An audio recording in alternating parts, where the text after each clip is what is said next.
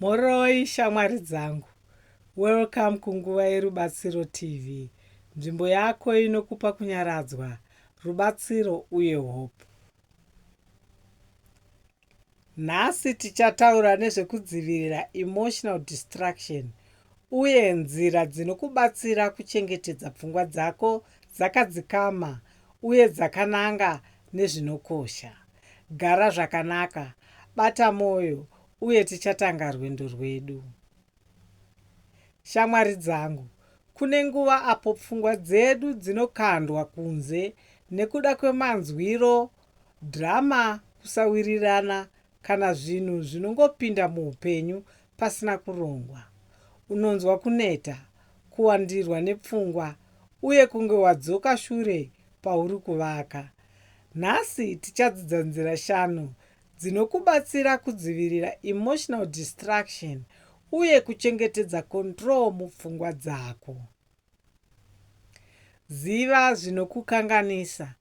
Chekutanga, ziva chaizvo zvinhu zvinoita kuti pfungwa dzako dzitsauke. Vanhu vane drama, nharo, masocial media, post anokushungurudza kana mamemori anokudzorera shure. Kana waziya zvikonzero, unogona kuvimba nekuzvichengetera uye izvi zvinoderedza kukanganiswa.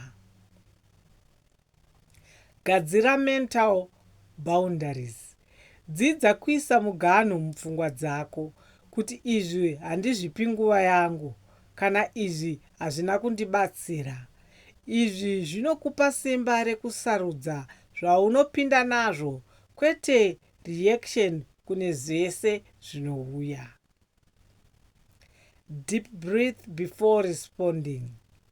Usati wapindura munhu kana chiitiko chinokutsamwisa, mira, fema zvakadzika kasere wobva waburitsa. Kufema uku kunoregedza tension, kunodzora pfungwa uye kunoita kuti usarasikirwe nekudzora kwepfungwa.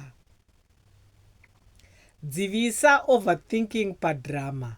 Haufaniri kufambisa pfungwa dzako mune drama isingabatsiri. Rega pfungwa dzako kubva pakudzokorora zvinhu zvisina value. Izvi zvinoderedza stress uye zvinochengetedza pfungwa dzako pakuvaka upenyu hwako. Focus on your daily priorities. Isa maziso pane zvine basa.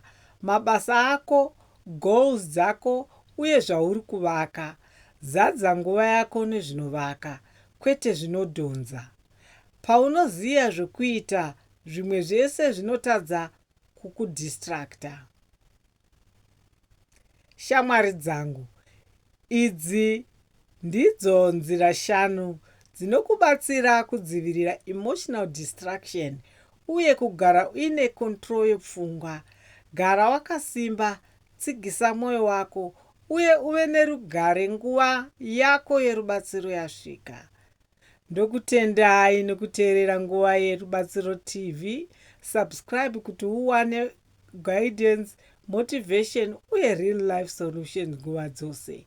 Gara wakasimba uye rangarira, pfungwa dzako dzinofanira kugara dzine rugare uye direction.